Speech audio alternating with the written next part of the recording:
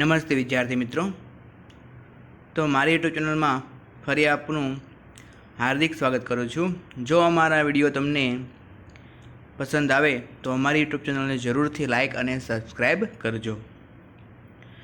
તો આપણે ગયા લેક્ચરમાં ચેપ્ટર 12 આઝાદી અને ત્યાર પછી એમાં 3 ટોપિક વિશે માહિતી લીધી હતી, જેમાં દેશભરમાં સ્વતંત્રતાનો આનંદ, દેશી રાજ્યોમાં હિલચાલ અને દેશી રાજ્યોનું વિલીનીકરણ એના વિશે આપણે માહિતી જોઈ ગયા।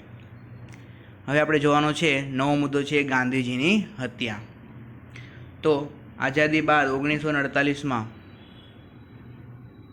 ગાંધીજીની જે હત્યા થઈ હતી એના વિશે આપણે અભ્યાસ કરવાનો છે। જોઈએ તો શું કહે છે, હજુ ભારત સ્વતંત્ર થયું તેને 6 મહિના પણ પૂરા નહોતા થયા અને આખો દેશ ઊંડા શોકમાં ગરકાવ થઈ ગયો। અહીંયા ભૂલ છે, છે અહીંયા શોકમાં કરી નાખજો, બરાબર છે। તો હજી ભારત સ્વતંત્ર થયું તેને 6 મહિને પૂરા ન થયા અને આખો દેશ ઊંડા શોકમાં ગરકાવ થઈ ગયો। બીજી બાજુ ભારતના ભાગલાના સંદર્ભમાં કેટલાક વિસ્તારોમાં ભીષણ કોમી રમખાણો ફાટી નીકળ્યા। હવે શું કહે છે અહીંયા, તો દેશ જે ઊંડા શોકમાં ગરકાવ થઈ ગયોનું કારણ શું હતું? તો પહેલું કારણ શું અહીંયા કહે છે કે ભારતના જે ભાગલા પડ્યા બે, પાકિસ્તાન અને ભારત, એના સંદર્ભમાં કેટલાક વિસ્તારોમાં ભીષણ કોમી રમખાણો ફાટી નીકળ્યા। કોમી રમખાણ એટલે કે બે કોમ થઈ અહીંયા, હિન્દુ અને મુસ્લિમ, જાતિ કયો કે કોમ કયો। તો હિન્દુ અને મુસ્લિમ જે વિસ્તારમાં મોટા પ્રમાણમાં વસવાટ કરી રહ્યા હતા એવા વિસ્તારોમાં શું થયું, કોમી રમખાણો ફાટી નીકળ્યા। દેશમાં ઠેર ઠેર જોવા મળ્યું એવું। આ કોમી રમખાણોને રોકવા ગાંધીજી ઉપવાસ પર ઉતર્યા, એટલે કે ગાંધીજીએ લોકોને સમજાવવા માટે શું કર્યું, ઉપવાસ શરૂ કર્યા, લોકોને શાંતિ રાખવા માટે અપીલ કરી। આ દરમિયાન 30મી જાન્યુઆરી 1948ના રોજ ગાંધીજી બિરલા હાઉસમાં સાંજની પ્રાર્થના માટે જતા હતા। સમજો શું કહે છે અહીંયા કે આ દરમિયાન 30મી જાન્યુઆરી 1948ના રોજ ગાંધીજી બિરલા હાઉસમાં સાંજની પ્રાર્થના માટે જતા હતા। એના ઉપવાસ તો શરૂ હતા, લોકોને અપીલ કરી દીધી હતી શાંતિ રાખવા માટે, અને એક બાજુ 30મી જાન્યુઆરી 1948ના રોજ તે બિરલા હાઉસમાં સાંજની પ્રાર્થના માટે જઈ રહ્યા હતા। ત્યારે નથુરામ ગોડસે નામની વ્યક્તિએ તેમની હત્યા કરી નાખી। તો એ બિરલા હાઉસમાં જ્યારે પહોંચ્યા ત્યારે ત્યાં જ નથુરામ ગોડસે નામના કોઈ વ્યક્તિએ એમની હત્યા કરી નાખી હતી। એ જ સાંજે શોકગ્રસ્ત ભારત દેશે આકાશવાણી પરથી જવાહરલાલ નહેરુનો શોક સંદેશો સાંભળ્યો। તો જો અહીંયા આપણે સ્પષ્ટ કહીએ છીએ કે 30મી જાન્યુઆરી 1948ના રોજ ગાંધીજીને ગોળી મારીને કોણ દ્વારા, નથુરામ ગોડસે દ્વારા હત્યા કરી નાખવામાં આવી। કયા સ્થળ પર? બિરલા હાઉસ પર। એ જ સાંજે તે સમયના ભારતના વડાપ્રધાન કોણ હતા? જવાહરલાલ નહેરુ, કે જેમણે ગાંધીજી વિશે દેશના આકાશવાણી રેડિયો પર શું આપ્યો, શોક સંદેશો આપ્યો। અને આ આકાશવાણી હજુ પણ વર્તમાન સમયમાં પણ રેડિયો પર આપણને સાંભળવા મળે છે। એનો સંદેશો એવો હતો, તો અહીંયા એ બોલી રહ્યા છે, જોઈએ, દોસ્તો સાથીઓ, આપણા જીવનની રોશની બુઝાઈ ગઈ અને હવે ચારેય તરફ અંધકાર છે। આપણા પ્રિય નેતા રાષ્ટ્રપિતા હવે આપણી વચ્ચે નથી અને સમગ્ર રાષ્ટ્ર સ્તબ્ધ બની ગયું। તો એમના શબ્દો હતા, કોના? જવાહરલાલ નહેરુના। ફરી પાછો વખત જોઈ જઈએ શું કહે છે એના જવાહરલાલ નહેરુ શોક સંદેશામાં, કે દોસ્તો સાથીઓ, આપણા જીવનની રોશની બુઝાઈ ગઈ અને હવે આ ચારે તરફ અંધકાર છે। આપણા પ્રિય નેતા રાષ્ટ્રપિતા હવે આપણી વચ્ચે રહ્યા નથી અને આ આકાશવાણી સાંભળીને સમગ્ર રાષ્ટ્ર સ્તબ્ધ બની ગયું। સ્તબ્ધ એટલે કે આશ્ચર્ય પામ્યું કે અચાનક કેવી રીતે ગાંધીજીની હત્યા કરી નાખવામાં આવી। ગાંધીજી ભારતના તમામ વર્ગના લોકો વચ્ચે એકતામાં માનતા હતા। તો ગાંધીજી હંમેશા કોઈ પણ વ્યક્તિ, જાતિ, ધર્મ હોય પણ બધા જ લોકો વચ્ચે એકતા બને એવા પ્રયાસો અને એવી જ એકતામાં માનતા હતા, અને તેના માટે જ તેમણે પોતાના અમૂલ્ય જીવનનું બલિદાન આપી દીધું। કારણ કે અહીંયા સ્પષ્ટ કહેવા માગે છે આપણને કે ગાંધીજીએ કોમી રમખાણો શરૂ થયા એને અટકાવવા અને લોકોને શાંતિ રાખવા માટે અપીલ કરી અને સાથે એ બિરલા હાઉસમાં પ્રાર્થના સભામાં જઈ રહ્યા હતા। અને એ જ સમયે આ કોમી રમખાણો અટકે નહીં એના માટે એવા હેતુથી કહી શકાય કે નથુરામ ગોડસે શું કરી નાખી? ગાંધીજીની હત્યા કરી નાખી. અને શા માટે નથુરામ ગોડસે ગાંધીજીની હત્યા કરી છે એનું કારણ હજી પણ અકબંધ છે. આમ તો ગાંધીજીએ પોતાના જીવનનું શું આપી દીધું? બલિદાન આપી દીધું. દિલ્હીમાં બાપુની ભવ્ય સ્મશાન યાત્રા નીકળી. તો દિલ્હીમાં બાપુની ભવ્ય સ્મશાન યાત્રા નીકળી. લાખો લોકો અશ્રુભરી આંખે તેમાં જોડાયા. તો આ સ્મશાન યાત્રામાં લાખો લોકો જોડાયા પોતાની અશ્રુભરી આંખો સાથે. તો એક તરફ લોકોમાં દેશની આઝાદી અને સ્વતંત્રતાનો આનંદ હતો, અને બીજી બાજુ ગાંધીજીની હત્યા માટે લોકોને શોક અને ઊંડો આઘાત પણ હતો. કોના માટે? ગાંધીજીની હત્યા માટે. તો અહીંયા મુખ્ય મુદ્દા આપણે યાદ રાખવાના છે કે ગાંધીજીની હત્યા કયા દિવસે થઈ? તો 30મી જાન્યુઆરી 1948ના રોજ બિરલા હાઉસમાં. કયા વ્યક્તિ દ્વારા થઈ? તો નથુરામ ગોડસે નામના વ્યક્તિ દ્વારા. ગાંધીજીની હત્યા સમયે કોણે આકાશવાણી પર શોક સંદેશો આપ્યો હતો? તો જવાહરલાલ નહેરુએ. ત્યાર પછી બીજા પેજમાં આપણને અહીંયા જો ગાંધીજીની સ્મશાન યાત્રા જોવા મળી રહી છે કે જેમાં ચારેય તરફ લોકો ભેગા થયા હોય તેવું દેખાઈ રહ્યું છે, અને એક તરફ વચ્ચે આપણને ગાંધીજીની શવયાત્રા પણ દેખાઈ રહી છે. તો માત્ર ફોટો છે તે સમયે પાડવામાં આવેલો દિલ્હીમાં રાજપથ પર. ત્યારબાદ આગળ જોઈએ આપણે. હવે આવે છે નિરાશ્રિતોનો પુનઃ વસવાટ. તો આપણે જ્યારે પાઠ શરૂ કર્યો ત્યારે આપણે મુખ્ય 3 સમસ્યા જોઈ હતી. એમાં એક સમસ્યા હતી કે જે લોકો પાકિસ્તાન વિસ્તારમાં હતા અને લોકો હવે ભારતમાં આવવા માંગતા હતા,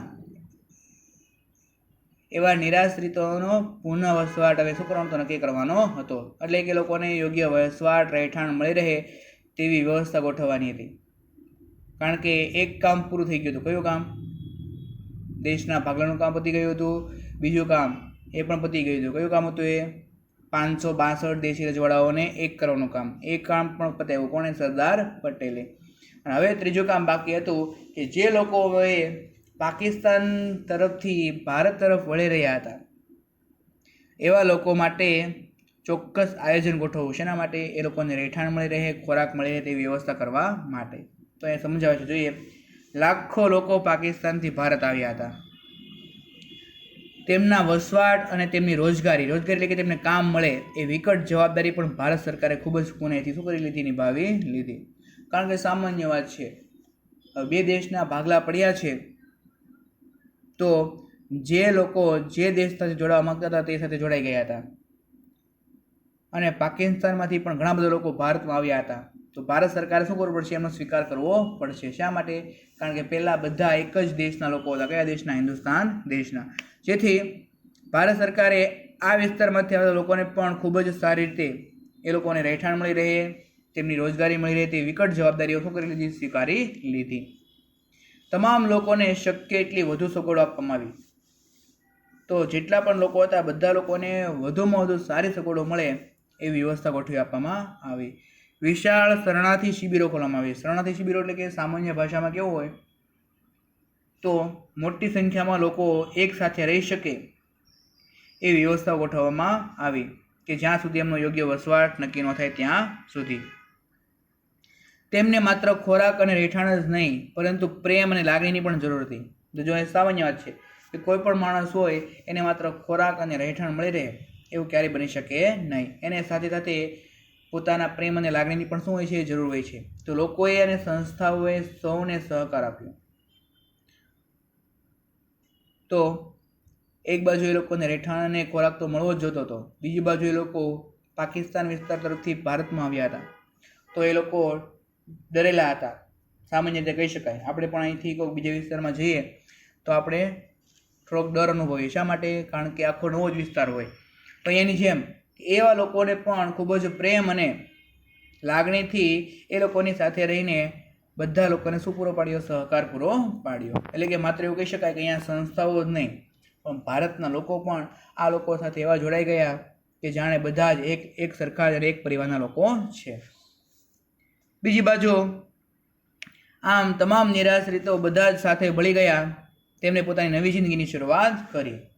તો હવે કોણ જૂનું છે ને કોણ નવું છે એવું કાંઈ પણ રહ્યું નહીં. બધા જ નિરાશ્રિતો જે આવ્યા હતા એ બધા જ ભારતના લોકો સાથે ભળી ગયા અને એ લોકોએ પણ પોતાની નવી જિંદગીની શરૂઆત કરી દીધી. એ નીચે આપણે જો ફોટો પણ બતાવે છે ભાગલા સમયે લોકોની હિજરત. તો અહીંયા એમ કહેવા માગે છે કે એ સમયે જે ભારત અને પાકિસ્તાનના ભાગલા પડ્યા હતા તો અમુક લોકો ભારતથી પાકિસ્તાન ગયા અને અમુક લોકો પાકિસ્તાનથી ભારત આવ્યા.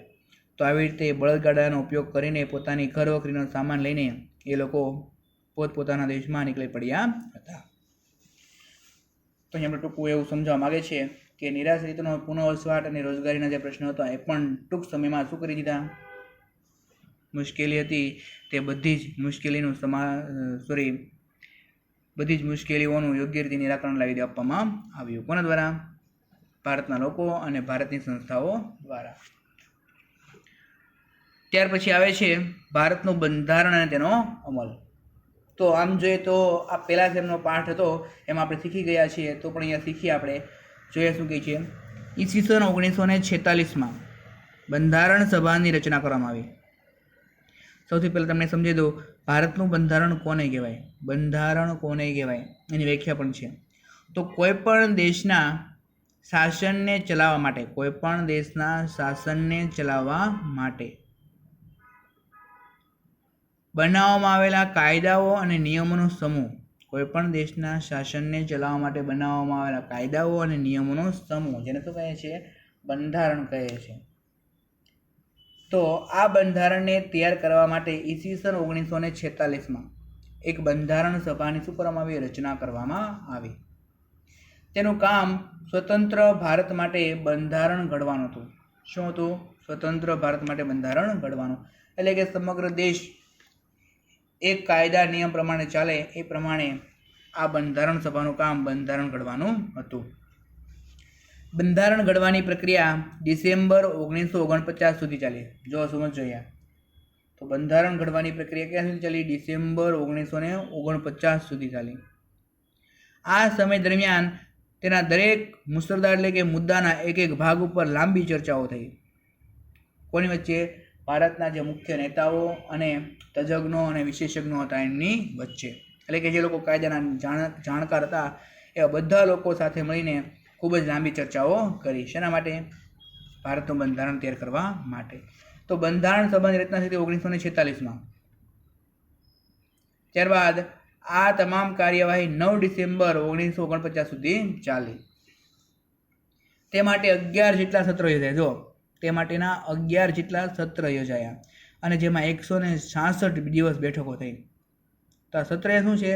તો અત્યારે પણ એવા સત્ર ચાલે છે જે સંસદમાં ચાલે છે. પહેલાં આવા બંધારણ તૈયાર કરવા માટે આવા સત્રો નક્કી કર્યા હતા. કેટલા સત્રો હતા? 11 સત્રો. સત્રમાં શું હોય? ઉનાળુ સત્ર, ચોમાસું સત્ર અને શિયાળુ સત્ર. એમાં બંધારણ સભા દ્વારા ચોક્કસ સમયને આધારે ચોક્કસ સભાઓ બોલાવવામાં આવતી. શેના માટે? બંધારણ તૈયાર કરવા માટે. અને આ 11 સત્રમાં 166 દિવસ સભા બેઠકો થઈ. તો 166 સભા બોલાવવામાં આવી હતી. ત્યારબાદ જુદી જુદી સમિતિઓ તેમજ ઉપસમિતિઓએ મુસદ્દાને સુધારવાનું તેમજ મઠારવાનું કામ શરૂ કર્યું. તો જેમ જેમ નવા નવા નિયમો કાયદાઓ બનતા ગયા તેમ તેમ સાથે સાથે જેટલી સમિતિઓ અને ઉપસમિતિઓ કામ કરી રહી હતી કોની સાથે રહીને? બંધારણ સભાની સાથે કામ જોડીને. તો એવી તમામ સમિતિઓએ આ બંધારણના તમામ નિયમો કાયદાઓને સુધારવાનું અને મઠારવાનું કામ શરૂ કર્યું. લગભગ 300 ભારતીયોએ આ પ્રક્રિયામાં ભાગ લીધો હતો. તો એ સમયે 300 જેટલા ભારતીયો કે જે તજજ્ઞો હતા, કાયદાઓના જાણકાર હતા, વિશેષજ્ઞો હતા, નેતાઓ હતા, આ બધા લોકોએ સાથે મળીને કેટલા લોકો? 300 લોકોએ આ બંધારણ તૈયાર કરવાનું કામ ઉપાડ્યું હતું. અને એવું પણ કહેવાય છે કે આ બંધારણ તૈયાર કરવા માટે 64 લાખ રૂપિયાનો ખર્ચ થયો હતો. કેટલા રૂપિયાનો? 64 લાખ રૂપિયાનો. બંધારણ સભાની બેઠકો દિલ્હીમાં જ થતી હતી. બંધારણ સભાની આ બેઠકો ક્યાં થતી હતી? દિલ્હીમાં થતી હતી. તેમ છતાં તેના સદસ્યો સમગ્ર ભારતમાં ફેલાયેલા હતા. જો બેઠક ક્યાં થતી? દિલ્હીમાં. પરંતુ આ બેઠકમાં સમગ્ર ભારતમાંથી લોકો કેના માટે આવતા હતા? બંધારણની તૈયારી માટે આવી રહ્યા હતા. બંધારણની મુસદ્દા સમિતિના અધ્યક્ષ તરીકે એટલે કે ખરડા સમિતિના અધ્યક્ષ તરીકે ડૉક્ટર બાબા સાહેબ આંબેડકરને નિમવામાં આવ્યા. તો યાદ રાખજો, ફરજિયાત આ ટૂંકો સવાલ છે કે બંધારણની ખરડા સમિતિ અથવા તો મુસદ્દા સમિતિના અધ્યક્ષ તરીકે ડૉક્ટર બાબા સાહેબ આંબેડકરને નિમવામાં આવ્યા. એટલે કે સમિતિના અધ્યક્ષ હોય તો કોણ છે? બાબા સાહેબ આંબેડકર.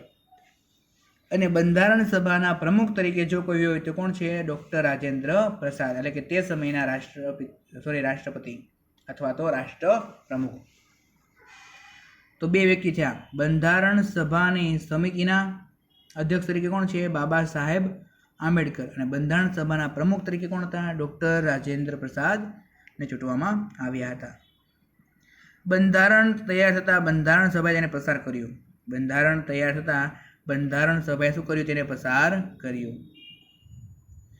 અને છેલ્લે 26મી જાન્યુઆરી 1950ના દિવસથી એનો કાયદેસર રીતે શું કરી દેવામાં આવ્યો? અમલ કરી દેવામાં આવ્યો. અને આ જ દિવસથી સમગ્ર દેશની પ્રજાને પણ સોંપી દેવામાં આવ્યું.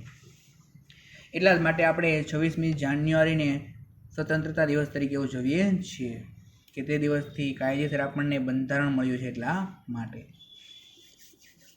તો અહીંયા કયા કયા મુખ્ય મુદ્દાની વાત કરી છે? તો 1946માં બંધારણ સભાની રચના થઈ. ડિસેમ્બર 1949 સુધી બંધારણ તૈયાર કરવાની કામગીરી ચાલી, જેમાં 11 સત્રો યોજાયા હતા અને 166 દિવસ બેઠકો ચાલી હતી. 300 જેટલા ભારતીયોએ આ બંધારણ તૈયાર કરવા માટે ભાગ લીધો હતો. બંધારણ સભાની તમામ બેઠકો ક્યાં થતી હતી? દિલ્હીમાં થતી હતી.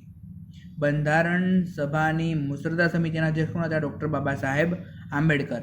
અને બંધારણ સભાના પ્રમુખ તરીકે કોણ હતું? ડૉક્ટર રાજેન્દ્ર પ્રસાદ. અને 26મી જાન્યુઆરી 1950ના રોજથી તેનો અમલ શરૂ કરી દેવામાં આવ્યો. અને આ જ દિવસથી કાયદેસર રીતે પ્રજાને પણ આ બંધારણ અમલમાં આવી ગયું.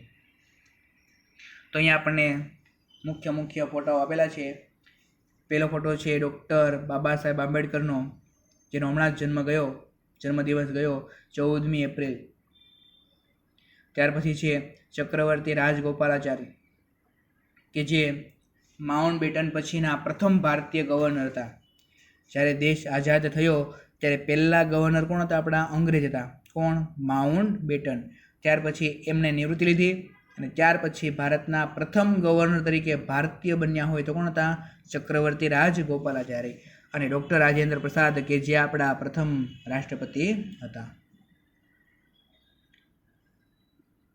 તેથી 26મી જાન્યુઆરીનો દિવસ પ્રજાસત્તાક દિન તરીકે ઉજવવામાં આવે છે. હમણાં વાત કરીએ આપણે કે 26મી જાન્યુઆરીના દિવસે તે આપણું બંધારણ અમલમાં મુકાયું. કોના માટે? સમગ્ર ભારત દેશના લોકો માટે. અને એ જ દિવસને 26મી જાન્યુઆરી પ્રજાસત્તાક દિવસ તરીકે ઉજવવામાં આવે છે. અને એવી જ રીતે જ્યારે આપણો દેશ આઝાદ થયો, ક્યારે? 15મી ઓગસ્ટ 1947. તો એ દિવસને સૌ સ્વાતંત્ર્ય દિન તરીકે ઉજવે છે. બંને દિવસ આપણા રાષ્ટ્રીય તહેવારો છે અને આપણે એને ખ્યાલ પણ છે કે આ બંને દિવસને આપણે રાષ્ટ્રીય દિવસ તરીકે ઉજવીએ છીએ. અને આ દિવસે આપણે દેશની આઝાદી માટે શહીદ થયેલા લોકો માટે શું કરીએ છીએ? હંમેશા એમની કુરબાની માટે એમને સલામ અને રાષ્ટ્રધ્વજ વંદના કરીએ છીએ. અંગ્રેજ ગવર્નર જનરલ માઉન્ટ બેટન નિવૃત્તિ લઈને સ્વદેશ પાછા જતા રહ્યા. જો અહીં સ્પષ્ટ કહે છે, હમણાં મેં વાત કરી કે અંગ્રેજ ગવર્નર જનરલ, કે જે ભારતના પ્રથમ ગવર્નર હતા, કયા ભારતના? આઝાદ ભારતના, એ નિવૃત્તિ લઈને સ્વદેશ એટલે કે એમના દેશમાં પાછા જતા રહ્યા. ત્યારબાદ ચક્રવર્તી રાજગોપાલાચારી ભારતના પ્રથમ ભારતીય ગવર્નર જનરલ બન્યા. તો ભારતના પ્રથમ ગવર્નર કહેવામાં આવે તો કોણ હતા? Mountbatten. અને બીજા હોય તો કોણ હતા? ચક્રવર્તી રાજગોપાલાચારી. પણ જો એમ પૂછવામાં આવે કે ભારતના પ્રથમ ભારતીય ગવર્નર કોણ હતા તો કોણ આવશે? ચક્રવર્તી રાજગોપાલાચારી હતા. તેઓ ભારતના છેલ્લા ભારતીય ગવર્નર જનરલ હતા. જો તેઓ ભારતના છેલ્લા ભારતીય ગવર્નર જનરલ હતા. ત્યાર પછી આપણા દેશમાં ગવર્નર તરીકે કોઈ પણ વ્યક્તિની નિમણૂક કરવામાં આવી નથી. બંધારણ અમલમાં આવ્યું ત્યાર પછી ડૉક્ટર રાજેન્દ્ર પ્રસાદ ભારતના પ્રથમ રાષ્ટ્રપ્રમુખ બન્યા, એટલે કે રાષ્ટ્રપતિ બન્યા. આ સાથે તે સમયે દેશના વડાપ્રધાન કોણ હતા? તો જવાહરલાલ નહેરુ. દેશના ગૃહપ્રધાન કે નાયબ વડાપ્રધાન કોણ હતા? સરદાર વલ્લભભાઈ પટેલ. તો આ બધા જે મુખ્ય નેતાઓ હતા કે જેમણે તે સમયે ભારતને આઝાદી સમયે દેશને ખૂબ જ સારી રીતે સંભાળી લીધો. તો અહીંયા આપણો પાઠ પૂરો થાય છે. Thank you.